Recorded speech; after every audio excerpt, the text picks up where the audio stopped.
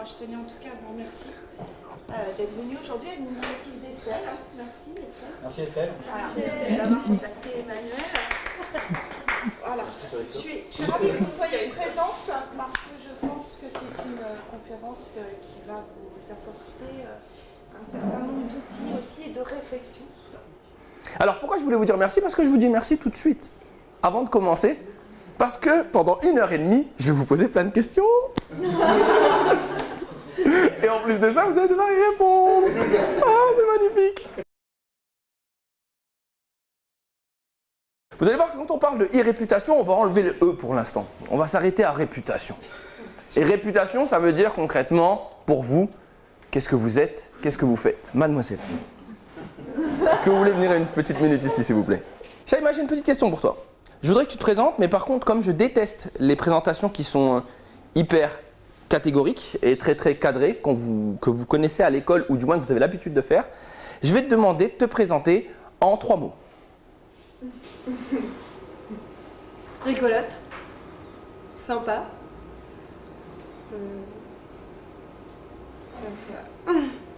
D'accord. Rigolote, sympa. Il en reste un. Généreuse. Rigolote, sympa, généreuse. Ok. Maintenant, tu vas garder ces 3 mots-là. Je vais te demander de me faire une présentation, parce que j'ai oublié de te donner une contrainte. Une présentation qui suscite l'intérêt autour de ta personne et qui te mette en avant d'un point de vue personnel aussi bien que professionnel. Je t'écoute. Sociable. 1.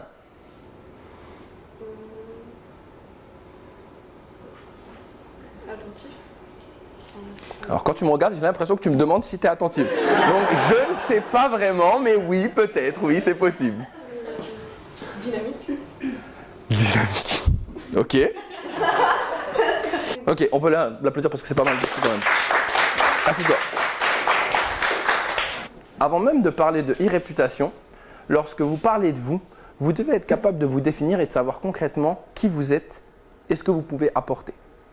Jusqu'à preuve du contraire, vous allez tous avoir le même diplôme dans des sections différentes, mais vous aurez tous le même diplôme à des niveaux différents. Très bien. Concrètement, est-ce que c'est la seule chose qui va faire que j'aurai envie de vous rencontrer? Est-ce que c'est la seule chose qui va faire que j'aurai envie de travailler avec vous? Non, votre personnalité. Votre personnalité. Ah, j'aime bien ça. Votre personnalité. Dans les 3 mots qu'elle a dit, quel est le mot que vous avez retenu? Rigolote. Rigolote. C'est humain, ça passe mieux. Oui, ok. Ensuite. Généreuse. Généreuse. Mais par contre, il n'y a personne qui a retenu le fameux mot magique. Dynamique. Ok? Dynamique. Dynamique. C'est un peu comme le mot « je suis motivé ». Bah heureusement, j'ai envie de dire c'est normal, d'accord? Il y a des mots que vous devez à tout prix proscrire parce qu'ils n'ont aucun sens et ils ne veulent strictement rien dire. En fait, c'est des mots bouche-trou. Je sais pas quoi dire. Je suis motivé. Je suis rigoureux. Je suis à l'heure. Oh là là, oula, c'est bien, d'accord? Quand vous dites un mot, concrètement, dites-vous, est-ce que grâce à ce mot, je suis en train de générer de l'intérêt autour de ma personne? Si j'utilise un mot que tout le monde utilise, obligatoirement, il n'y a personne qui va me remarquer. Mademoiselle, si je ne me trompe pas, ton nom c'est Céline, c'est ça? Tranchard, très bien, prends place. Céline, ça va? Ça va? Très bien, ravi de te rencontrer en vrai. Également. Céline, j'ai encore une fois une présentation à te demander parce que j'ai besoin de voir plusieurs personnes. Là, j'ai demandé en 3 mots. 3 mots, c'était... ça allait. Maintenant, je vais te demander de me donner tout simplement une phrase qui résume Céline et qui donnerait envie de la rencontrer. Je t'écoute. J'aime la vie et je suis une accro au shopping. D'accord. Alors, pas mal. Maintenant, comme tout à l'heure, la deuxième contrainte arrive maintenant. Tu dois me donner une phrase qui a envie de susciter mon intérêt par rapport à ta personne, mais aussi d'un point de vue professionnel. Qu'est-ce que tu me dirais? Bon, on va bannir l'accro au shopping déjà. C'est un peu gênant, mais...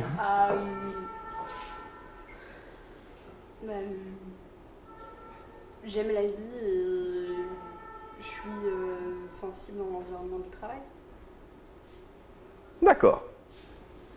Au moment où tu me dis cette phrase, est-ce que concrètement tu te dis « avec ça, je l'ai convaincu » ? Non. Non. Donc maintenant, imagine, dans quel domaine tu souhaites travailler ? Banque, assurance ? Événementiel. Événementiel ? Très bien. Je suis quelqu'un de l'événementiel. On se rencontre. On vient de prendre l'ascenseur. Tu as même pas 1 minute pour me voir. Là, je vais dans le couloir. Et tu dois réussir à susciter mon intérêt en une phrase autour de ta personne. Qu'est-ce que tu me dis? Vous serez convaincu de ma créativité et de mon efficacité. Vous serez convaincu de ma créativité et de mon... L'efficacité. Qui est d'accord avec cette phrase? Alors tu vois, là-bas tu as un ami, c'est sûr, dans ce qu'il a dit. Qu'est-ce qui n'allait pas dans la phrase? La fin? Efficacité? C'est mathématique. On tombe tout le temps dedans, tu peux aller t'asseoir, c'est gentil quand même. Bravo, on peut l'applaudir quand même. Imaginons, je veux travailler dans cette école, dans ce campus. Alors, je vois Valérie, j'ai une phrase à lui dire. Je pourrais lui dire, je suis dynamique, motivé, et je pense pouvoir avoir des compétences à apporter aux élèves. Vous êtes d'accord avec cette phrase? C'est générique? Est-ce que ça va la convaincre? D'accord. Pourtant, c'est ce que toujours les élèves me disent dans mon bureau. Et si maintenant on inversait les choses et qu'on apportait réellement notre compétence, ou du moins ce qu'on va pouvoir apporter à l'école? Valérie? Emmanuel? Je sais que tu as déjà de nombreux intervenants, mais je suis persuadé que je peux t'apporter quelque chose qu'aucun autre n'a pour le moment, et qui fera le plaisir de tes élèves, et qui les fera monter en compétences. Ça, c'est une phrase. Ça m'intéresse. Oui, donc qu'est-ce que tu vas me dire? Ça m'intéresse, c'est le teasing, ça. Ouais, là, exactement. Et donc, concrètement, qu'est-ce qui se passe après? Quand on a teasé sur quelque chose, on apporte concrètement ce qu'on peut faire. On attend la suite.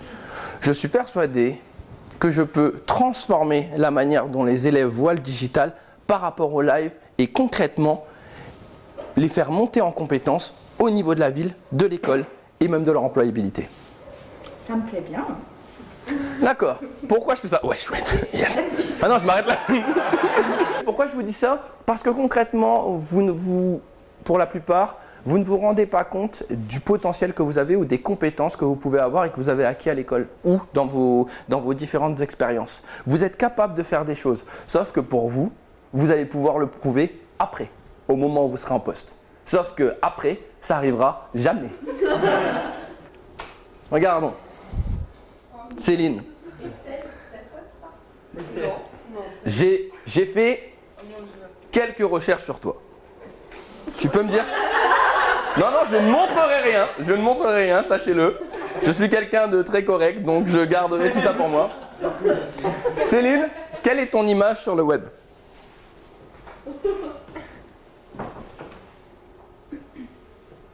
je sais qu'il y a une ou deux photos qui traînent qui sont pas très belles, mais Quel est ton objectif? Tu m'as dit tout à l'heure faire de l'événementiel. Donc, ça veut dire que dans la manière dont tu présentes tes réseaux et dans la manière dont tu as amené toutes tes présences sociales, je dois comprendre que tu vas faire de l'événementiel. Es-tu d'accord avec moi ou pas? Logiquement, oui. Qu'est-ce que je peux trouver d'après toi sur le net si je suis quelqu'un qui est intéressé par ton profil? J'ai pas de contact, j'ai une majorité de contacts dans le domaine de l'assurance. Très bien. Dans le domaine de la communication et du marketing, mais pas dans l'événementiel. Très bien. Ou un ou deux cas plus. Très bien. Ce qui est intéressant, c'est qu'en gros, je sais ton nom, tu t'appelles Tranchard, Céline, Suzanne, Yveline. C'est ça? Les écoles où tu as été major de promo, félicitations, c'est très bien. Tu aimes la Reine des Neiges et Game of Thrones, ça me touche beaucoup. Tu as été chargé d'accueil à la Société Générale et à la Massif. Tu gères Office, Excel et le service client. Et les gens qui le disent, c'est des gens qui doivent être soit dans ta classe ou soit dans l'établissement. À côté de ça, tu postes, tu es sur LinkedIn, mais tu postes pas souvent. Environ une fois par mois. Poster. Attention, je vais t'expliquer la différence après. Par contre, tu likes de manière fréquente. Tu as 97 abonnés. Et dans les photos que j'ai trouvées, ne t'inquiète pas, il n'y a rien de grave, hormis sur ton profil Facebook, quelques photos en maillot de bain. Mais rien d'exceptionnel. En général, quand on fait une recherche sur quelqu'un, un entrepreneur est comme n'importe quelle personne. Il est curieux. Il est curieux de vos compétences, mais il est curieux surtout de la personne que vous êtes. Si je vous demande une question toute simple, lorsque je suis rentré dans la classe, qu'est-ce que vous avez fait ici, dans cette salle? vous avez écouté, vous avez déjà pensé en amont. C'est-à-dire qu'en général, les gens se font un ressenti de quelqu'un par rapport aux 30 premières secondes où quelqu'un rentre dans une salle. La e-réputation, c'est un peu pareil que votre réputation dans la vraie vie, c'est-à-dire que là-dessus, sur le web, ce que je vais voir d'une personne va me donner exactement l'image que j'aurais envie de voir. Sauf que vous avez une toute petite différence, c'est que vous la gérez. Là-dessus, on va faire une toute petite différence. Il y a 3 images que vous avez en général. La première, c'est la projetée. Ouh, super, celle qu'on a normalement. La deuxième, c'est la souhaitée. Celle qu'on voudrait avoir. D'accord? Je ne vois pas du tout pourquoi vous rigolez. Hein. Et la troisième, c'est celle qui est reçue. C'est un peu différent en effet. D'accord? Tout est une question d'image, sachez-le. Qui ici n'a pas de présence sur le web? Pourquoi? Pourquoi? J'avais une mauvaise image. Avant? D'accord. Tu jouais? Tu faisais du gaming? Non, c'était sur Facebook, j'avais des amis assez mal classés. Ok, d'accord. Très bien. Autre? Moi, je suis sur Facebook, mais je poste plus rien. D'accord, très bien. C'est juste un journal, en fait. Ouais, tu regardes ce qui se passe. Ouais, voilà. Ok, c'est tout. Ok. En général, les gens qui pensent que moi, vous savez quoi, j'ai pas de présence, donc pas de problème. Bah non. Ça marche pas tout simplement pourquoi? Parce que si vous ne parlez pas de vous sur le web, quelqu'un le fera pour vous. Exemple, un ancien employeur, une personne qui ne vous apprécie pas énormément, quelqu'un qui ferait un mauvais article sur vous, de blog. Et puis comme il n'y a que ça, votre nom ressort là-dedans. Ou bien sûr, puisqu'on ne vous trouve pas, on trouvera d'anciennes présences. Alors peut-être que vous n'avez pas eu de Skyblog, mais vous êtes peut-être inscrit sur des sites qui ne doivent pas ressortir. Copa d'avant, Tinder, Badoo, bref, des choses qui en soi ne vont pas être superbes au moment où on va les trouver. D'accord? Donc là-dessus, il est peut-être préférable de se dire, je ne veux pas exister sur Facebook, par contre, je peux exister avec d'autres présences, des présences qui vont être réellement importantes pour moi. En général, ce qui change aussi maintenant, c'est qu'un employeur, avant, ce qui était bien, c'est qu'en gros, moi quand j'étais petit, quand je devais faire une recherche, j'allais où? Dans un dictionnaire. Ouais, c'est l'ancêtre de Google en fait, d'accord? Le truc qu'on regardait pendant beaucoup de pages. Lorsqu'un recruteur avant cherchait, il regardait des CV dans une CV Tech ou qu'il regardait le courrier. Là aujourd'hui, concrètement, rien qu'en regardant ça, il a une idée précise des 5 ou 6 premiers résultats par rapport à votre personne. Sachant que dedans, vous êtes toujours sûr d'avoir Facebook. Très bien. Là, à partir de là, vous pouvez choisir votre rôle. Vous pouvez être soit spectateur, c'est-à-dire que vous regardez tout ce qui se passe. Vous dites, oh, c'est pas mal, ça j'aime bien. Soit vous êtes suiveur, tout le monde est dessus, tout le monde est sur LinkedIn, je vais y aller aussi. Allez, hop. Vous êtes contributeur, vous mettez des likes. Voilà. Hop, on y va. Vous êtes créateur, vous mettez des articles et vous faites peut-être, vous mettez même votre avis. Ou tout simplement, vous êtes animateur. Et là, vous commencez réellement à avoir des interactions avec les gens et à essayer de créer du lien. Si ici, je demande dans la salle, qui est ça?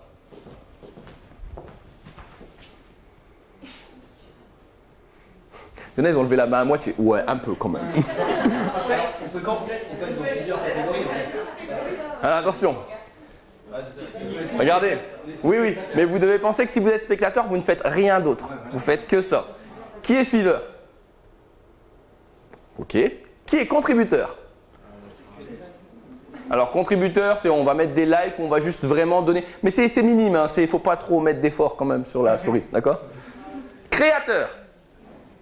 On va mettre du contenu, on va apporter des commentaires, on va oser prendre la parole. Et enfin, animateur. Animateur. Animateur. Ok, c'est pas grave. Pourquoi je vous dis ça? D'après vous, qu'est-ce que vous devriez être? Mais là, clairement, normalement, si je ne me trompe pas, vous êtes tous en fait des forces de proposition et vous êtes pas la nouvelle génération, mais là où on va aller chercher l'énergie, l'essence, la curiosité, la force de proposition, bref, tout le renouveau. Et en gros, vous ne pouvez pas arriver en disant « moi je regarde ». Parce qu'en soi, si je suis un employeur, comment je peux savoir, Céline, que tu es vraiment bonne en événementiel si je ne suis pas capable de voir ce que tu fais, ce que tu regardes et ce qui peut me prouver que tu es bonne là-dedans. Là-dessus, on va faire une toute petite différence, mais je suis persuadé que vous la connaissez. On va parler déjà maintenant, on rentre vraiment dans e-réputation et image numérique. Quelle est la différence entre ces deux termes?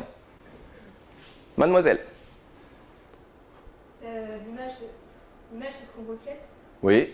Et la réputation, c'est un peu pareil. Mais c'est plutôt ce que les gens pensent de nous grâce à l'image. C'est pas mal. Alors, on la transforme, mais c'est quasiment ça. Les réputations, c'est ce que les gens disent sur vous, ce que les gens peuvent penser de vous, mais ce que vous ne contrôlez pas. C'est-à-dire qu'en soi, les articles qui viennent de la part des autres gens, les contenus qui viennent et que vous n'avez pas contrôlé, que vous n'avez pas fait, c'est ce qui forme avec votre image numérique, votre e-réputation. L'image numérique, par contre, ça c'est ce que vous choisissez de faire maintenant. C'est-à-dire que concrètement, vous vous dites, ok, moi je veux que mon image, ça soit comme ça, comme ça, comme ça, comme ça et comme ça. Ce qui se passe, et la plus grande erreur qu'on peut faire en termes de e-réputation, en termes d'image numérique, c'est de se dire, j'ai des présences et c'est assez. Et voilà, j'attends. C'est un peu le même principe en fait que pour ton emploi. J'ai eu mon diplôme et je reste dans ma chambre. Qu'est-ce que tu fais? Bah j'ai eu mon diplôme. Normalement, les recruteurs arrivent là tout de suite. Non, il y a un processus qui est mis en place. Et bien là, c'est la même chose sur les réseaux. Vous devez penser qu'à chaque fois, le gros du travail, il n'est pas au départ. Il est pendant. Un réseau ne fonctionne que si vous l'animez. Aujourd'hui, si moi je vous demande quelle est votre image et quelle est celle que vous voudriez donner sur le web, qu'est-ce que vous me répondriez, mademoiselle? Sur les réseaux professionnels, quelque chose qui reflète mon objectif. Quel est ton objectif? Moi, je travaille en ressources humaines. Mhm. Donc, à terme, quand j'aurai fini mes études, c'est d'avoir un poste de responsable RH. D'accord. Qu'est-ce que tu as mis comme action qui permettent… Alors, dis-toi que moi, je suis quelqu'un encore en ressources humaines. Pensez toujours ce principe-là. Hein. Je serai tous vos employeurs ce soir. Je suis quelqu'un des ressources humaines. Qu'est-ce qui va faire que tu vas te différencier des autres personnes que je peux trouver sur les ressources humaines, sur les réseaux sociaux professionnels? Qu'est-ce que tu as de plus? Alors, pour l'instant, je n'ai pas développé énormément mon réseau LinkedIn. D'accord. Ça fait pas longtemps que je l'ai créé non plus. D'accord. Donc, pour l'instant, je regarde comment ça fonctionne, j'essaie de me positionner dans les réseaux et, D'accord. et d'adhérer à des groupes. Voilà. C'est pas mal. Déjà, j'ai entendu adhérer à des groupes. Je trouve ça cool. Moi, j'ai que Facebook et visage personnel. Très bien. Et à côté, rien d'autre? Facebook avec ton vrai nom? Non, un peu modifié. D'accord. Mais avec ton adresse mail de ton vrai nom? D'accord, très bien. Donc, dites-vous déjà une chose. Il faut vraiment que vous compreniez ça à la base parce que c'est ce qui va faire toute la différence. Vous pouvez être tous du même diplôme, mais lorsqu'on crée son image numérique, vous devez penser à une chose, et je sais que c'est difficile parce qu'il faut avoir confiance en soi pour le faire, c'est que vous êtes différent. Vous devez à tout prix vous différencier. Vous n'avez strictement rien à voir avec la personne qui est à côté de vous. Quand je vous dis ça, c'est que vous devez être obligatoirement unique. Oui, je sais, et vous n'avez pas la même couleur de cheveux, vous ne mettez pas les mêmes vêtements, et vous avez peut-être eu une expérience professionnelle différente. C'est pas assez. C'est pas assez, j'ai besoin de savoir qu'est-ce qui fait que je vais vous apprécier comme personne. On a tous des qualités intrinsèques ou des qualités personnelles qui font qu'on va nous aimer dans le domaine professionnel. L'autre chose, et là où on va arriver sur un concept, c'est que lorsque je vous demande ce travail, vous allez avoir du mal à le faire parce que de 1, vous devez vous connaître, et de 2, vous allez avoir une impression que tout le monde a quand je leur demande, c'est ça fait un peu, je me la raconte quand même, hein. Ça fait, ça fait fier de dire des arguments et dire que je suis comme ça, je suis comme ça, je suis comme ça. Oui, mais vous allez devoir le faire. Si réellement vous voulez faire la différence avec les autres, vous allez devoir vous appuyer sur ce que vous êtes et croire en ce que vous êtes. Parce qu'il n'y a personne qui le fera pour vous. Là, vous avez de la chance. À l'école, vous avez toute une partie de personnes, donc les profs, qui croient énormément en vous. L'équipe qui est autour va croire en vous parce qu'elle voit le potentiel. Sauf qu'après, les employeurs, eux, ce qu'ils ont besoin, c'est des potentiels. Ils n'ont pas besoin de croire en des potentiels. Ils ont besoin d'avoir des gens qui sont déjà bien, waouh, des gens qui croient en eux pour les pousser à aller plus loin. Mais ce n'est pas eux qui vont aller chercher tout doucement au départ. Et si vous passez à côté de ça, c'est-à-dire dans l'image, dans la manière dont vous vous vendez, si vous ne faites pas ça, vous passez à côté de beaucoup de portes. Donc on arrive à un nouveau concept, qui est, enfin pas nouveau puisqu'il est assez vieux quand même. Vous êtes une marque, d'où le terme personal branding, marque personnelle. Pourquoi je vous dis ça? Tout simplement parce que c'est réellement, non pas juste votre personne, mais réellement une marque que vous allez créer autour de quoi? Vos compétences, vos passions, ce que vous êtes, vos savoirs, d'accord? Vos projets, vos expériences. Tout ça fera votre marque personnelle. Qui, à l'heure d'aujourd'hui, a une marque personnelle ici? Sur le web. Moi, j'ai un espace fasse acteur sur Internet. D'accord. Et j'ai fait un court métrage quand j'étais petit. Ouais. Techniquement, Tu te sens... un peu fragile. Mais Ouais, voilà. Bon, alors, on va garder ça pour après, on le mettra dans le off, d'accord? Alors, quand je parle de marque personnelle, concrètement, c'est quelque chose qui va me permettre, encore une fois, d'avoir une idée de votre expertise, de vos compétences, de votre expérience, de votre savoir et de ce que vous pouvez m'apporter. Dans ce que j'ai vu quelques personnes qui ont mis en avant des expertises ou du moins des appétences par rapport à certains domaines. Alors, c'est pas parce qu'elle m'a invité que je dis ça, mais je sais que Estelle, si je vais sur ton Twitter, on sent réellement une vraie volonté de tweeter beaucoup de choses qui sont dans un lien bien précis. Avec en plus des commentaires personnels. Donc je me dis, elle n'a pas fait que liker. Elle regarde quand même ce qu'il y a derrière. Waouh! Pourquoi c'est intéressant? Tout simplement parce que si je m'intéresse, si je regarde ce qu'elle fait, je peux voir qu'elle s'intéresse à un domaine précis et qu'elle n'attend pas l'école pour le faire. C'est-à-dire qu'elle le fait de manière naturelle. Ce que vous faites, ce n'est pas ce que vous faites juste à l'école, c'est ce que vous faites à côté qu'on a besoin. Est-ce que vous connaissez le principe de SWOT? Oui. Très bien, un SWOT, j'aime bien le mettre avec le long O, ou un FFOM si on le fait en français, c'est mieux, hein. D'accord? Force, faiblesse, opportunité, menace. C'est intéressant quand on le fait sur une entreprise, c'est encore plus intéressant quand on le fait sur soi. C'est-à-dire qu'être capable de connaître ses qualités, ses défauts, ses forces dans un domaine professionnel et ses opportunités dans un domaine professionnel et ses menaces, ça devient intéressant. Pourquoi? Parce que vous allez vous rendre compte, et je peux mettre mes deux mains à couper, que vous allez avoir du mal à remplir ce document. Ça va vous prendre 1 heure. Au début, vous allez dire, bah, je connais. Vous allez sortir les 3 premières qualités que vous dites à tout le monde depuis que vous êtes petit. Les 3, voilà, c'est ça, exactement. Et à partir de ce moment-là, ces 3-là, moi je vais vous demander une chose, ben, vous les rayez. Et là, vous dites, ah, ça y est, je rentre vraiment dans le dur, là, il faut que je dise d'autres mots. Donc là, vous allez réfléchir et vous n'aurez aucune idée. Donc, qu'est-ce qu'il va falloir faire pour que vous allez chercher des informations sur vous? Vous allez aller voir les autres. Comment? C'est pas bien, parce qu'on va se calquer sur ce que basent les autres, et puis maintenant, ça reflètera pas notre personnalité. Superbe, c'est pas mal. Belle remarque. Maintenant, je vais juste te dire que ça va te permettre de te rendre compte de quelque chose. En gros, tu vas être capable de me sortir une ou 2 qualités. Tu es d'accord avec moi? Après les 3 qui sont sortis, hein. Tu enlèves les 3 fausses, tu en mets 1 ou 2. Sauf que, comme n'importe quelle personne, à moins que vous soyez imbu de votre personne ici, on a toujours du mal en fait à connaître ses qualités ou de voir le potentiel qu'on peut avoir dans une entreprise. Je prends un exemple. En faiblesse, je ne m'inquiète pas, hein. Tu pourras faire une page complète, tout le monde est comme ça. Je suis mauvais là-dedans, je suis mauvais là-dedans, je suis mauvais là-dedans, je suis mauvais là-dedans. Par contre, en qualité, en opportunité, on va avoir beaucoup plus de mal. Et en pareil, en menace, on va peut-être pas les voir. Et le fait d'aller voir les autres, amis, famille, professionnels, gens avec qui on travaille, d'accord, espace, collègues, ils vont te donner des points et ça va te faire réfléchir sur toi-même. Et à partir de là, tu te diras, ah, bah cette casquette-là, je la voyais pas, mais elle est peut-être vraiment importante. Donc là-dessus, je vous en ai parlé tout à l'heure. Si on prend un principe simple, attention, j'ai fait des schémas mathématiques, ça va être super, c'est le moment maths maintenant. Est-ce que vous voyez ces formes? Merci, c'est bon, super, d'accord. En gros, en général, quand vous allez vous vendre, vous vous vendez, quand vous créez votre image numérique, vous la vendez sur quoi? Votre personnalité, votre savoir, vos comportements, peut-être votre passion, mais en général, on le met en petit parce qu'on se dit c'est pas ça le plus important, votre job et votre compétence. Ce qu'on fait, en fait, en gros, c'est qu'on se dit que nos expériences professionnelles et ce qu'on a vécu à l'école va nous permettre de remplir tout ça. Est-ce que c'est la bonne solution ou pas? Oui? Non. C'est basique. C'est basique. C'est basique parce qu'il y en a un qui est capable, en fait, de faire beaucoup plus que tous les autres. La passion. Bah, c'est ce qui va refléter en fait le plus de la personnalité.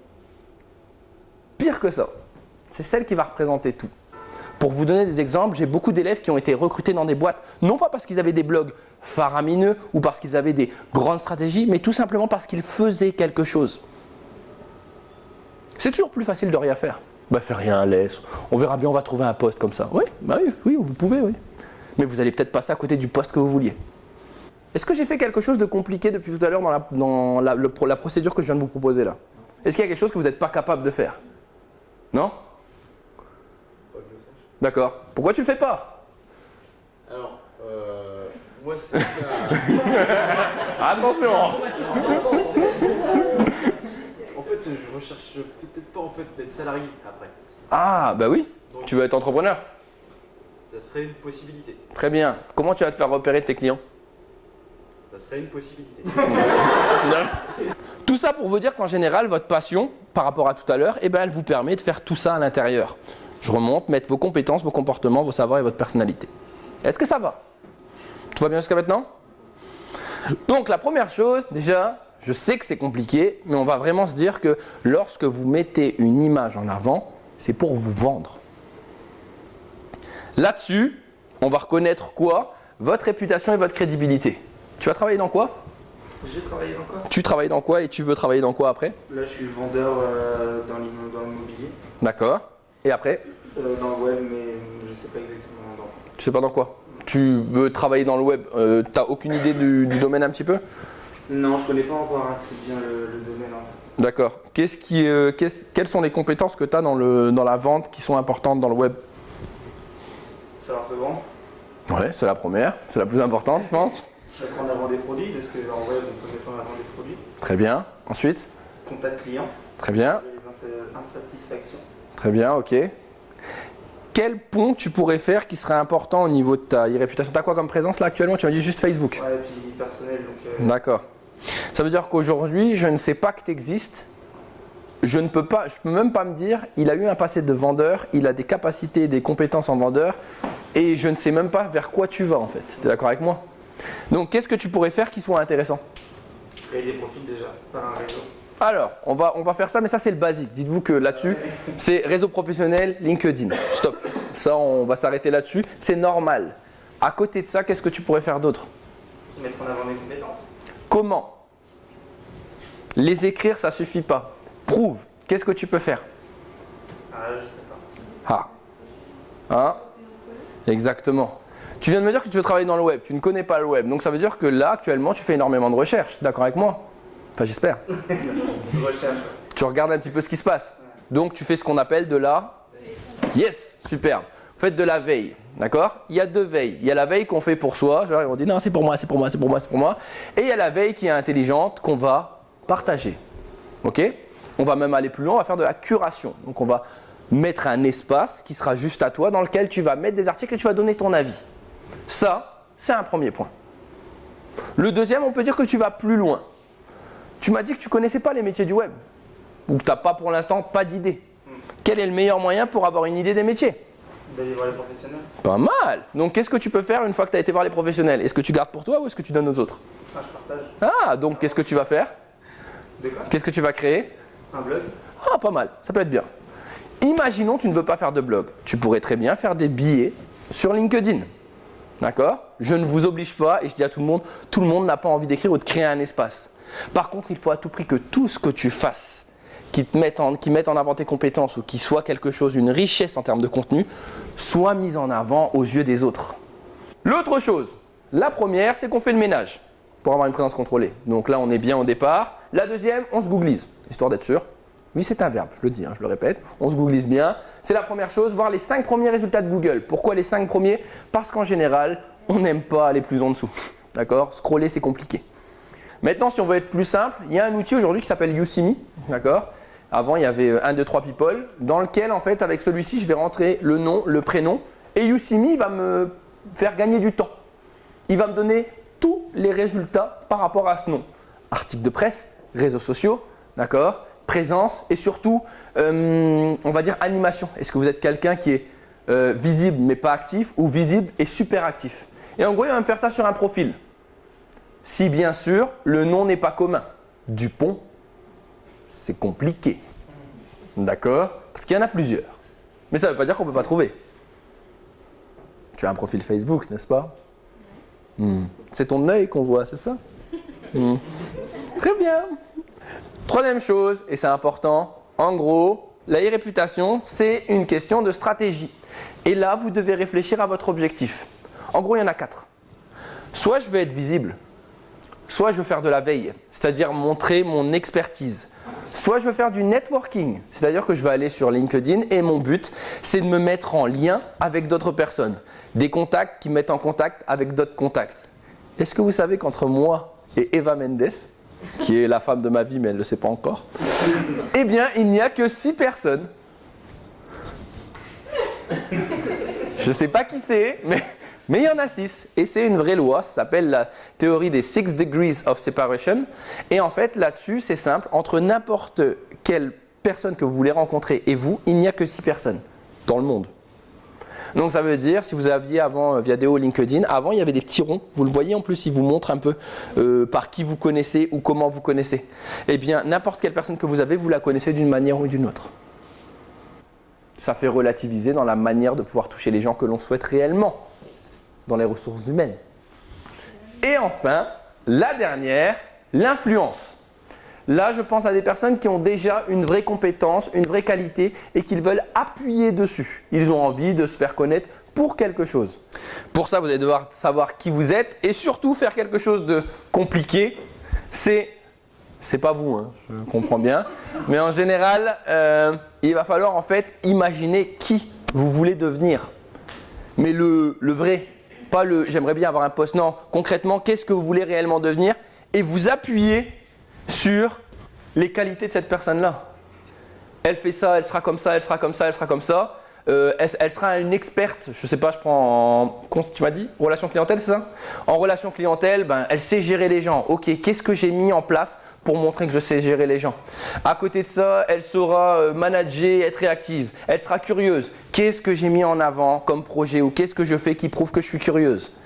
Et à partir de tous ces mots-là, vous allez mettre en place les actions derrière. Est-ce que vous comprenez le principe? Vous me dites, hein, et vous avez le droit de m'arrêter tout le temps. Hein. Ensuite, réaliser une veille sur les bonnes pratiques. Je vais vous dire une chose, on ne réinvente jamais quelque chose. On ne réinvente pas l'eau chaude en fait. En gros, ce qui va se passer, c'est que pour avoir des bonnes idées, vous allez regarder ce qui est déjà fait par les gens. Donc regardez les gens qui sont dans votre domaine et regardez comment ils agissent. Alors s'ils font rien, dites-vous pas « Ah bah c'est bon, je suis tranquille ». Non, cherchez les gens qui font des choses. Regardez dans d'autres domaines, des gens que vous appréciez ou essayez de chercher ce qu'on appelle des influenceurs pour voir un petit peu qu'est-ce qu'ils font, comment je pourrais le faire à ma sauce, à moi, de ma manière. Pour ça, vous avez des outils comme Viral Lab, donc c'est Make Me Stat, qui vous permettent un petit peu de voir, il y a une version gratuite aussi, vous inquiétez pas, qui vous permettent de voir les marques que vous aimez, les gens que vous aimez et voir un peu ce qu'ils font comme contenu. Ça pourrait être intéressant pour vous. Ensuite, on ne va pas se mentir. Le meilleur moyen de savoir ce que vous pouvez faire d'intéressant, c'est d'aller voir ce qu'on fait sur les réseaux. Qui ici a LinkedIn déjà? Levez la main, je pense que c'était tout le monde. Oui, super. Qui a regardé déjà les profils de gens qui sont similaires à eux? Très bien. Au moins une fois? Au moins une fois? D'accord. Qui maintenant en a tiré des enseignements et a transformé son LinkedIn? Ok, très bien. Qu'est-ce que tu as changé? L'intitulé de mes posts, Mmh. les compétences, Mmh. j'ai modifié les mots, Mmh. et je sais plus ce que j'avais modifié aussi. Des expériences, je crois que j'en ai déjà retiré celles qui étaient inutiles. Très bien. Dans la veille, il y a une manière de faire aussi. Il faut penser qu'on collecte, qu'on organise et qu'on diffuse. Collecter, c'est pour nous. Organiser, c'est pour ranger un peu dans notre tête et voir ce qui pourrait être intéressant pour quel public. Et diffuser, ça dépend des réseaux où vous voulez aller en fait. Par rapport à ça, je vous donne 4 outils moi, que j'utilise assez souvent. Le premier, il est là. Il s'appelle Feedly. C'est ce qu'on appelle un agrégateur de flux RSS. Waouh, ça fait stylé, je voulais le placer au moins une fois dans ma vie. Je l'ai dit. Mais si je fais plus simple, en fait, vous avez plusieurs blogs et en gros, c'est un espace où ils vont tous être à l'intérieur plutôt que d'ouvrir à chaque fois toutes les fenêtres le matin avant de commencer à faire vos activités. Là, vous avez un lieu où tout est à l'intérieur, donc vous voyez toutes les dernières news. Tout ce qui s'est passé en termes de droit social, en termes de ressources humaines, et bien là je vais voir les articles que j'aurais déjà cherchés en amont et je vais pouvoir les partager. Oh, je viens de faire quelque chose pour moi, c'est bon. La deuxième chose, Scoop It, c'est le même principe sauf que là vous allez pouvoir rajouter des commentaires et ça sera un espace qui est à vous. Donc vous pouvez le mettre à votre nom. C'est-à-dire, je prends un exemple, c'est quoi ton prénom? Baptiste comment? Ben voilà, Capel, ça? Baptiste Capel, d'accord. Donc quand on tapera son nom, on aura son LinkedIn, son Facebook qui n'existe plus, son Do You Buzz et un Scoop It. C'est-à-dire que là, je sais qui il est, ce qu'il fait et en plus, je vois son domaine d'expertise puisqu'il y a des commentaires et il m'a trouvé toutes les meilleures informations du web sur le domaine où il souhaite travailler. C'est une preuve qu'il s'y intéresse. Vous êtes d'accord avec moi ou pas? Après Twitter, pour ceux qui sont un peu plus, qui prennent plus de temps et qui veulent regarder un peu toute l'info en live et qui ont envie de partager sur tout ce qui se passe en temps réel. Et enfin, Mention, qui vous permet, lui, c'est un moteur de recherche qui va mettre des alertes sur des mots-clés. Je prends un exemple, En droit social, il y a des termes, il y a des thématiques spécifiques, j'imagine, où tu as des lois, tu as des choses qui changent dedans? Non? Ouais, par exemple, Ben. l'année dernière avec El Khomri. Et ben voilà, donc tu vas mettre ce mot-là et donc tu vas retrouver tout le contenu qui est juste dédié à ça. Là, on ne trouve pas sur une thématique, mais vraiment sur un mot-clé. La deuxième, le 5e point, c'est tout bête. Définir sa cible. Bah oui, parce qu'en gros, depuis tout à l'heure, je vous parle de e-réputation, mais en gros, je fais tout ça pour séduire ou cibler une cible.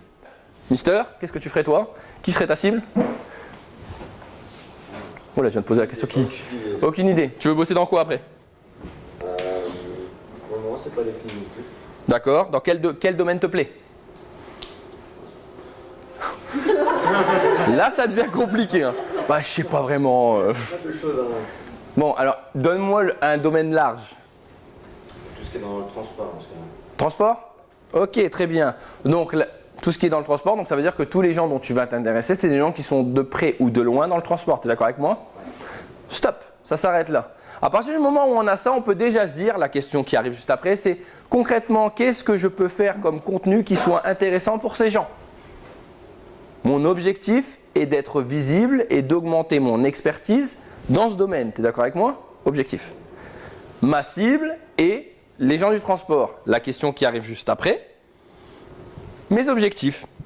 Qu'est-ce que je veux faire moi? Est-ce que je veux interagir avec des gens qui sont dans le domaine du transport?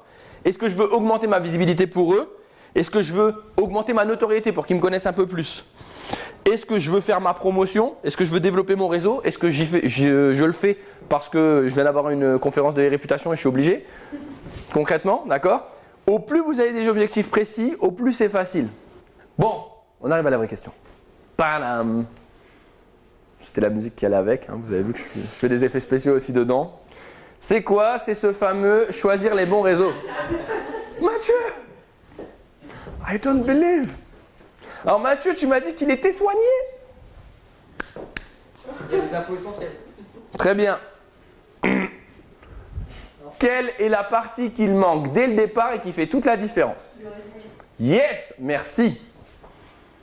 Le résumé. Si je peux me défendre. Vas-y, tu as le droit. Je peux me défendre. Vas-y, vas-y.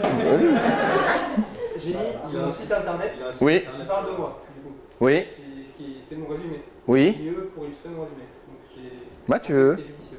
Mathieu, Mathieu. Petit nota bene. Je suis tombé sur ton profil. Ça veut dire que je viens de faire un travail extraordinaire. Je viens de cliquer une fois.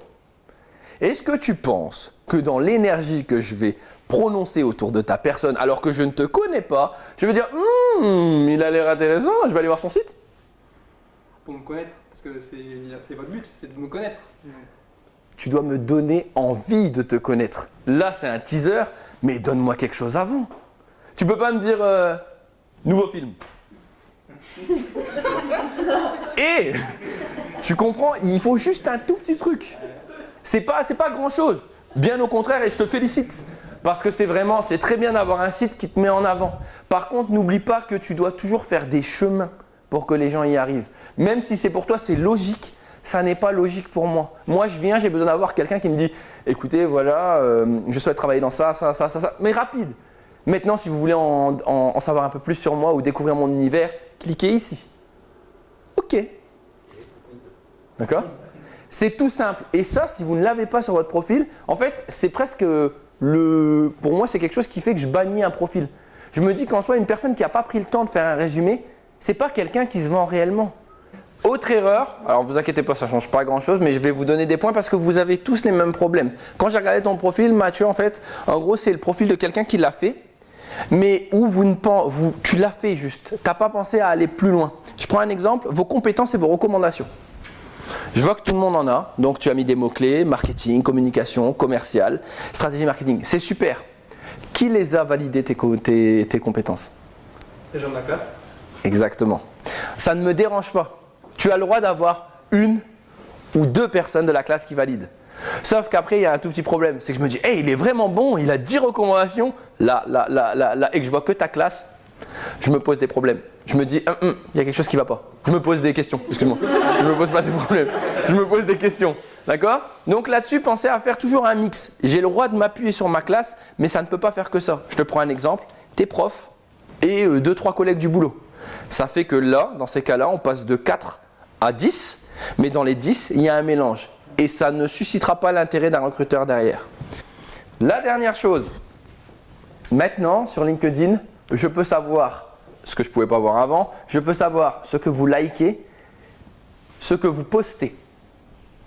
C'est-à-dire que je suis capable de savoir, si je l'ai dit tout à l'heure, je suis capable de savoir si vous êtes quelqu'un qui a un profil pour faire bien ou un profil réellement actif. J'ai besoin de voir de l'activité. Vous allez sur Facebook tous les jours. Vous likez des contenus. Parfois, il vous arrive de partager. Vous allez sur Instagram, vous mettez des photos. Vous êtes d'accord avec moi ou pas? Vous allez sur Snapchat. Je vais devoir un ouais. Très bien. Eh bien, vous devez prendre le principe que dans votre tête, quand vous faites tout le tour des réseaux, il y a un moment LinkedIn dedans. Et que vous allez partager un contenu que vous avez trouvé dans votre veille, ou que vous allez partager un article d'actu, ou que vous allez commenter un article de quelqu'un que vous connaissez, ou d'un professionnel sur un sujet, ou que vous allez aller dans un groupe. Mais ça doit être un automatisme. Dites-vous que les réseaux sont rangés en 5 points, et c'est là que vous devez garder. Retenez bien. Il y a les réseaux qui sont liés à la veille. D'accord? Donc là-dedans, vous aurez Scoopit, Limber, ou encore Twitter. Scoopit. Scoop et point de Scoopit. Ensuite, vous avez les réseaux professionnels concrètement. Il y a le réseau social professionnel, le meilleur c'est LinkedIn. Ensuite, vous avez des présences professionnelles. Tikimi, T-I-K-M-E-E, qui est en fait un espace un peu comme un site internet où vous allez mettre toutes vos présences à l'intérieur. Do You Buzz, qui est le meilleur outil de référencement que vous puissiez avoir et qui vous permet d'avoir une présence. Et ensuite, vous avez aussi Behance, mais là qui est fait plus pour les créatifs, ou du moins pour les personnes qui sont dans les domaines marketing, com et graphisme, qui lui est une galerie en fait de tous vos projets. Ensuite, vous avez les outils d'expertise, moi ce que j'appelle ça. Ça va un peu comme la veille, mais ça vous permet de vous mettre en avant. Je vous ai dit Scoopy, LinkedIn, Twitter. Ça marche? Non, ça marche pas. Si, c'est bon? Ouais. LinkedIn, d'accord? D'accord. LinkedIn, pourquoi c'est de l'expertise? Parce qu'on va à l'intérieur, vous allez mettre tout ce que vous faites et vous allez pouvoir faire des billets. Vous avez Twitter, pourquoi? Parce que Twitter, aussi étrange que ça vous paraisse, quelqu'un qui tweete bien et quelqu'un qui fait des bons partages de contenu, obligatoirement va être considéré comme quelqu'un qui s'y connaît dans le domaine, même si ça n'est pas quelqu'un qui écrit énormément. Le simple fait de chercher de l'info aujourd'hui, c'est compliqué. Vous savez à quel point on en a plein partout, donc trouver une bonne info, c'est dur. C'est revenu. Ouais. Et ensuite, il y a les réseaux d'images. Et oui, dans certains domaines, il faut savoir que l'image va faire beaucoup. Je prends un exemple. Événementiel, merci beaucoup. Comme aussi. Et parfois, même, je prends un exemple en transport, vous pourriez transformer les choses. Je prends un exemple comme Pinterest. Pinterest, pour moi, c'est un des meilleurs outils de veille au monde. Pourquoi? Parce que c'est de l'image. Qu'est-ce que les gens regardent aujourd'hui? De l'image. Vous connaissez un peu les tendances à l'heure actuelle. Quel est le meilleur réseau social aujourd'hui pour tout le monde? Le meilleur réseau social, je n'ai pas dit le réseau social où il y a le plus de monde. En particulier, là, on ne parle pas en professionnel. Instagram, d'accord? C'est le réseau qui a la plus forte croissance. Pourquoi? Parce que c'est de l'image. Et c'est du contenu où il n'y a rien d'autre que de l'image et de la vidéo. Ensuite, vous avez Snapchat, parce qu'on aime bien des images, mais qu'on ne veut pas montrer à tout le monde. Puis on adore être en chien avec des fleurs. D'accord? C'est super. Mais donc ça veut dire que Pinterest c'est quoi là? C'est vraiment des sortes d'albums où vous allez mettre des thématiques. Ça peut vous paraître étrange, mais moi j'ai une élève que j'ai eue à l'IESA Multimédia à Paris qui a fait ça au départ avec des infographies dans le domaine du graphisme. Rien d'exceptionnel. Hein. Elle passait 1 heure par jour à aller chercher les tendances qui étaient d'un peu partout. 1 an après, elle se fait contacter par Pinterest et chacun de ses pins est payé. Pourquoi? Tout simplement parce qu'elle a tellement fait une bonne veille et qu'elle a fait une bonne curation, c'est-à-dire qu'elle a vraiment été chercher du contenu qualitatif, qu'elle était suivie par beaucoup de monde. Et elle n'avait pas de. Avant, elle connaissait personne, elle ne vient pas d'un monde spécifique. Elle a juste fait ça par passion et ça en est ressorti comme avec un budget. Donc, à partir du moment où vous faites quelque chose de bien, vous pourrez toujours vous faire remarquer. Alors là-dessus, moi je vais vous parler juste maintenant de quelques bons conseils sur chacun des réseaux pour vous aider à les faire. Vous savez, sinon je pourrais rester 1 semaine avec vous pour vous expliquer chaque réseau, mais je pense qu'on n'aura plus de courant. C'est le gros problème qu'il y a là. D'accord? Donc, c'est pas je veux pas, hein, c'est juste le courant. Donc, déjà, je vais vous parler de LinkedIn, comment vous pouvez l'utiliser. Simple, le premier point, vous allez faire de la veille dessus. Vous allez chercher les gens qui sont dans votre domaine, d'accord? Vous allez aller chercher les personnes qui peuvent vous intéresser. Vous allez aller chercher les pages d'entreprise qui peuvent être intéressantes en termes de recrutement, mais aussi en termes d'information. Vous allez les suivre, vous allez liker et vous allez partager. À côté de ça, vous allez partager des actualités qui se passent par rapport à votre domaine. Vous allez essayer à tout prix d'avoir de l'interaction. C'est quand même... C'est fou. Vous ne vous rendez pas compte. Moi, il y a 10 ans, quand j'étais en DUT, parce que j'ai fait un DUT technique de commercialisation, je voulais travailler à Adidas. D'accord? Ah, j'étais content, hein, je voulais y aller. J'ai envoyé des lettres partout. Et ben, j'ai pas eu de réponse. Donc, j'ai pas travaillé à Adidas. Ok? Aujourd'hui, la situation serait complètement différente. J'ai dû aider mon neveu qui voulait aller travailler chez Nike. Je lui ai dit, bah écoute, on va aller sur LinkedIn, on va regarder les personnes qui sont... J'ai tapé recherche, Nike. J'ai eu tous les posts des gens. Alors bien sûr, je n'ai pas été voir le boss de Nike. J'ai regardé les commerciaux, j'ai regardé les ressources humaines, j'ai regardé les magasins, d'accord, les directeurs de magasins. Et ensuite, j'ai envoyé des textes personnalisés en expliquant. 3 lignes. Il ne fallait pas grand-chose, mais être sincère et dire la vérité. Je voudrais juste avoir des informations, je souhaiterais faire un stage de découverte parce que j'aime le sport. C'est mon neveu, il est tout jeune, d'accord? 3 réponses. 2 négatives. Et une qui me renvoyait vers quelqu'un chez qui il a été pris. Pensez à ça. On va parler après d'objectifs. Vous devez par mois vous donner des « Ok, ce mois-ci, je me fais 3 prises de contact ». On va en parler juste après. C'est quantitatif. Vous devez vous fixer des choses, sinon vous ne ferez rien. À côté de ça, n'oubliez pas aussi que c'est un espace de recrutement. Aujourd'hui, sur les pages entreprises de LinkedIn, les pages ont été refaites depuis peu dans la nouvelle interface. Et à l'intérieur, vous avez toutes les offres d'emploi. Voilà. Qu'est-ce que vous voulez de plus? Quand on cherche un poste, il n'y a rien de mieux. Twitter. Là, on est sur un autre axe. Alors, je sais qu'il y en a beaucoup qui n'aiment pas. D'accord? Pourquoi? Parce qu'ils connaissent Facebook et quand ils arrivent sur Twitter, ils gardent les mêmes codes. Il n'y a personne qui m'ajoute, je ne comprends pas le fil d'actualité, il y a trop d'infos, il n'y a personne qui me parle. C'est quoi ce problème? Je suis là quand même, c'est important. Hein? Non, c'est pas ça. Quand on va dessus, on ne va pas sur Twitter pour avoir une vie, on va pour partager de l'information. Notre but à nous, c'est pas de se dire qui va nous suivre, c'est d'aller suivre des personnes qui sont intéressantes pour nous. Donc exemple, je suis encore une fois, je prends le droit social, je suis dans le droit social. Quelles sont les sociétés qui font ça? Quelles sont les personnes qui parlent de ça? Quels sont les médias qui pourraient être intéressants là-dessus? D'accord? Une fois que j'ai fait ça, je prends tous ces gens-là, je les rentre dans des listes. D'accord? Je les range parce que sinon j'aurais trop de monde et je ne verrai pas l'actu. Donc je range dans environnement, société, influenceurs, personnes à contacter. D'accord? Comme ça, tous les matins quand je me lève, j'ai mon feed lead à côté et je vais sur Twitter, je regarde mes listes avec les actus. Ce que je trouve intéressant, j'appuie sur ma souris, retweeter. Ça, c'est la version fainéante. Ou sinon, je lis l'article, je regarde et je fais un petit commentaire. Dessus, à côté de ça, je peux aussi réussir à avoir des interactions.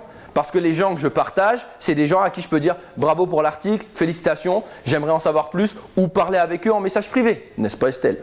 Et enfin, la dernière, et ça, vous y pensez peu, la couverture d'event. Quand vous allez à un événement pour l'école ou quand vous faites, regardez là, à l'heure actuelle, on a une conférence, je ne dis pas que je suis hyper connu, je ne m'appelle pas Barack Obama, mais j'ai un petit réseau. Le but, c'est de faire quoi? C'est de dire, je vais l'utiliser. Je suis là, donc je vais reprendre les 2-3 phrases qui étaient pas mal. Il a dit qu'il voulait être avec Eva Mendes, mytho, hashtag, d'accord? Bref, vous transformez les phrases. Vous me mentionnez, qu'est-ce qui va se passer? Vous savez, il y a un truc tout simple chez l'être humain, c'est qu'à partir du moment où on parle d'une personne, obligatoirement, elle va liker le contenu. C'est tout bête, hein? C'est merci. Et puis, si vraiment j'ai aimé le message, ça va être merci plus je vais te suivre ou je vais te mettre en avant. Et donc, vous avez une porte ouverte vers une nouvelle communauté. Sachez que le fait de donner sur le net est quelque chose de vraiment important et c'est ce qui va vous apporter toute la force de votre e-réputation. Ok? Bien sûr, le point fort, c'est l'instantanéité, c'est le fait de pouvoir partager au bon moment tout de suite et d'avoir les news. Et le point faible, c'est l'instantanéité. Parce qu'en gros, après vous allez dire non, je ne peux pas être court, je suis sur Twitter. Non, ça ne marche pas non plus, il faut choisir les bons moments. Instagram, le réseau aujourd'hui dont il faut faire le plus attention, même d'un point de vue professionnel. Pourquoi? Parce que c'est le réseau couteau suisse. Si on réussit à créer ce que j'appelle un storytelling, donc c'est-à-dire une histoire autour de notre contenu, ça peut être vraiment intéressant. Alors ce qui est fort, c'est les visuels, les filtres et les images. Par contre, après, ce qui est compliqué, ce que vous devez faire attention au départ, c'est pas faire un Instagram pour un Instagram, c'est-à-dire j'ai mangé des cornflakes, j'ai fait des squats, d'accord? Non, c'est pas ça, c'est faire quelque chose qui est réellement intéressant et qui a du sens. Alors, voilà peut-être un réseau dont je vous conseille réellement de faire attention, un peu comme Instagram, mais d'une manière encore plus importante, c'est YouTube. La vidéo est le premier contenu aujourd'hui regardé sur le net. Que ça soit court, moyen, long, d'accord, selon les réseaux, vous savez qu'il y a un potentiel dedans. YouTube est la plateforme par excellence. Vous êtes sûr que si vous avez une chaîne et que vous développez votre contenu, vous aurez une expertise que les autres n'auront pas. Bref, pourquoi je dis ça? Parce que tout le monde est capable dans son domaine de faire une vidéo. Ce qui est bien avec YouTube, c'est que ce n'est pas du live obligatoirement. Vous pouvez faire des vidéos que vous préparez. Ça ne demande pas énormément de matériel. Il faut qu'on arrête de me dire « Oui, mais il faut une caméra, faut des micros. » D'accord? Aujourd'hui, on a ça. Un smartphone? Yeah, is that? You have a smartphone? Yeah. It's unbelievable. D'accord? Vous avez ça, vous pouvez utiliser vos écouteurs ou vous achetez un micro, ça coûte 9 €, un trépied, ça coûte 12, ça y est, vous avez un studio. Et de la lumière aussi, chez vous c'est mieux quand même pour quand vous voyez un peu. Ok? Et un bureau. Et en gros, vous êtes capable de commencer vos premières vidéos. Imaginons, on n'aime pas les vidéos. Ben, on peut aussi faire des interviews. On va aller voir des gens, on va les filmer. Et comme ces gens sont connus, obligatoirement, dis-moi avec qui tu es, dis-moi avec qui tu traînes, je te dirai qui tu es. Si je suis qu'avec des personnes qui sont connues, donc si je suis avec Eva Mendes et Barack Obama, obligatoirement à un moment, bah c'est tout, voilà. Hein? Ensuite, la mise en place de chaînes personnalisées, c'est-à-dire que la chaîne peut être à votre nom, encore une fois, je vous rappelle, hein, votre nom c'est votre clé de voûte sur le web. Votre nom et votre prénom, là, il faut que quand on tape dessus, on tombe sur tout ce que vous avez, tout ce que vous faites vous. Et enfin, bien sûr, il y a aussi le live, qui est important, que vous pouvez faire maintenant sur YouTube. En parlant du live, je vous parlerai de Periscope. Oh, c'est pas parce que j'aime bien, hein. D'accord? Periscope et Facebook Live, qui sont aujourd'hui des outils qui sont intéressants. Pourquoi? Periscope se fait manger par Facebook Live, justement. C'est un peu le déclin. Est-ce que tu peux te décaler un petit peu? Je plaisante, alors j'explique. Oui, complètement, tu as raison, parce que ce n'est pas du tout la même audience. Ouais. Periscope joue sur l'audience de Twitter, c'est-à-dire une audience normalement qui est très très actu et qui a pour but d'aller chercher des gens qui ont une expertise spécifique par rapport à des domaines. Et puis aussi une grosse partie de trolls qui ne savent pas quoi faire dessus. Facebook Live, d'accord? Comme c'est Facebook, en gros tu as une audience qui est captive, qui est déjà là, mais qui n'est pas exactement, qui n'est pas en fait intéressée à ce que tu fais, qui est juste là et qui regarde.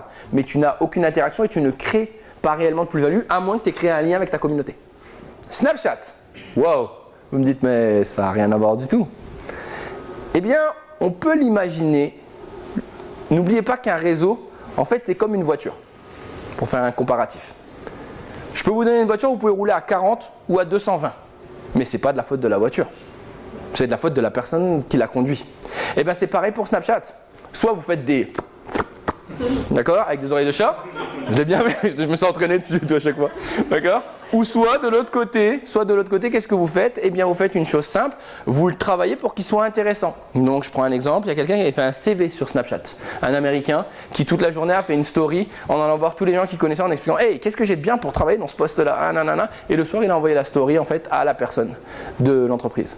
Il y a des entreprises qui ont fait aussi des recrutements par Snapchat en disant bah, « Allez-y, faites-nous quelque chose qui prouve que vous avez vraiment envie en étant créatif. » Ou soit tout simplement, ça peut être un média d'actualité. Vous avez vu que dessus, on a Combini, on a Le Monde. Et bien, qui vous empêche de faire hey, salut, cette semaine, comme toutes les semaines, vous aurez la journée du droit social de manière décalée pour expliquer au plus grand monde, en vulgarisant l'information, qu'est-ce que c'est et en quoi ça consiste. N'oubliez pas que pour convaincre des experts, on doit voir que vous avez des expertises, mais que vous êtes surtout capable de les expliquer aux autres. Parce qu'un expert, en fait, il a un problème. Vous connaissez? Exactement. Ça s'appelle la malédiction du savoir. C'est-à-dire, je suis bon. Moi, en référencement, je vois ce que c'est les balises H1, H2, H3. Je vois à quel point le plugin SEO Yoast peut changer la live. Je me fais plaisir à moi tout seul, hein, d'accord? Ça vous sert strictement à rien et en gros, je n'ai aucun intérêt. Quand vous vulgarisez, quelqu'un qui est bon, c'est quelqu'un qui partage de manière simple. Où vous vous dites, mais c'est super facile ce qu'il fait. Pinterest, pareil, vous y pensez, création de board. Regardez, faites un tour dessus ce soir pour aller voir un petit peu. Je parle en termes d'automobile, c'est intéressant, en termes de graphisme. Après, il y a des thématiques vraiment féminines. Je suis désolé, messieurs, mais il y a wedding, les mariages, les gâteaux. Bah, c'est aussi pour les gars, mais ça change. Il y a la déco de mariage aussi. 6. La ligne éditoriale. Alors, qu'est-ce que c'est cette fameuse ligne éditoriale? C'est la manière, c'est le cadre dans la manière dont vous allez écrire. Je m'explique. En gros, c'est les rythmes, la charte graphique, votre logo que vous allez faire peut-être, le ton avec lequel vous voulez parler, les contributeurs que vous allez inviter, les types de contenus. Est-ce que je fais des interviews? Est-ce que je fais des petits articles? Est-ce que je fais des brèves? D'accord? La modération et surtout le wording, c'est-à-dire tous les mots-clés qui sont autour de ce dont vous allez parler, pour avoir une idée pour vous. Alors, faites attention, ça aussi c'est une mauvaise idée. Partagez toujours le même type de contenu. Oui, vous avez trouvé un filon, il y a 2-3 blogs qui écrivent toujours des bons articles et vous partagez les blogs. C'est cool, mais n'oubliez pas que c'est la variété qui fait que c'est réellement intéressant. C'est ça que les gens viennent chercher. Si vous faites toujours la même chose, au bout d'un moment, vous allez les lasser. Dites-vous une chose, je peux vous donner tous les meilleurs conseils du monde aujourd'hui. Il n'y a que quand vous allez essayer vous-même que vous allez réussir à vous rendre compte si ça marche ou si ça ne marche pas. Il est possible que ce que je vous ai donné, vous me dites « Manu, c'est nul ». J'ai dû changer de contenu, je me suis rendu compte que ce que tu avais dit c'était bien, mais c'était pas réellement ça, alors je l'ai transformé et ça ressemble à ça. Bah oui, bah c'est normal. Parce qu'en gros, c'est votre contenu et c'est vous. Donc ça va se transformer dans le fil du temps. Mais si vous ne le faites pas, vous ne saurez pas. Et me sortez jamais cette excuse-là. Non mais moi j'attends que ça soit vraiment bien pour y aller. Ça ne sera jamais parfait. Donc allez-y, c'est en test, c'est rien, mais ça va aller. Si vous êtes persuadé de ce que vous me dites, si vous êtes persuadé de ce que vous voulez faire, foncez. Si vous aimez un domaine, commencez pas à réfléchir à toutes les questions. Oui, mais je ne sais pas si je suis, si je peux, si j'ai le droit, si… Non, faites. Faites et vous verrez après. Allez-y, croyez en ce que vous avez envie de faire parce qu'il n'y a personne qui le fera à votre place et vous devez le faire. Ça ne fera que augmenter par la suite. Le deuxième point, c'est qu'en général, vous allez vous planter 10 000 fois. Et 10 000 fois, vous allez me traiter en disant « Mais il était nul, tout ce qu'il a dit, c'est pas vrai !» Oui, ça prend 3, 4, 5, 6, 7, 8, 9, 10 ans. J'ai commencé à bloguer il y a 9, 10 ans. Et je suis toujours pas une star. Ayez de la folie dans ce que vous faites. Quand je dis folie, c'est créativité. Osez sortir du cadre. Think outside the box. Ok? Qu'est-ce que je veux dire par là? Vous devez obligatoirement vous dire que tout ce qui marche ailleurs va bien marcher, mais vous devez rajouter votre touche. Et au moment où vous vous dites c'est pas possible, c'est à ce moment-là que vous devez y aller. Au moment où vous dites je vais me planter ou ouais, c'est trop risqué ce que je vais faire, bah faites-le. Parce qu'au pire, qu'est-ce que vous allez faire? Vous vous direz après, bah je me suis vraiment planté. Oui, et alors?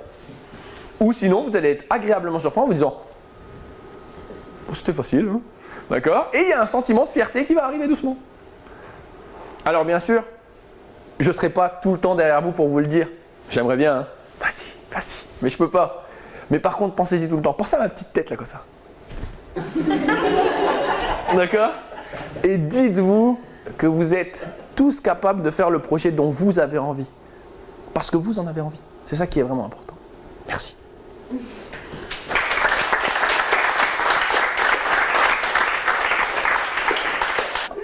En tout cas, je vous remercie. J'espère que c'était cool, que ça vous a plu. Moi, je tiens à remercier 2 personnes, enfin énormément surtout. Votre prof, parce qu'en fait, une de vos profs a lancé un défi que des élèves ont relevé. Et la deuxième personne que je tiens à remercier, c'est Estelle, parce que elle est venue me voir sur le web pour savoir si je voulais venir. Et la manière dont elle l'a fait, la sincérité, l'authenticité et l'énergie avec laquelle elle l'a faite m'a énormément touché en fait. C'est-à-dire que en général, je prends peu de temps pour aller dans des écoles. Pas parce que je veux pas, j'adore ça, mais j'ai un emploi de temps qui est assez complexe. Mais par contre, la manière dont elle me l'a demandé et la gentillesse avec laquelle elle l'a fait, ça m'a vraiment touché. Donc je tenais à lui dire bravo et puis je te souhaite un très très bel avenir dans le digital. Et je vous souhaite un très très bel avenir à tous dans vos métiers.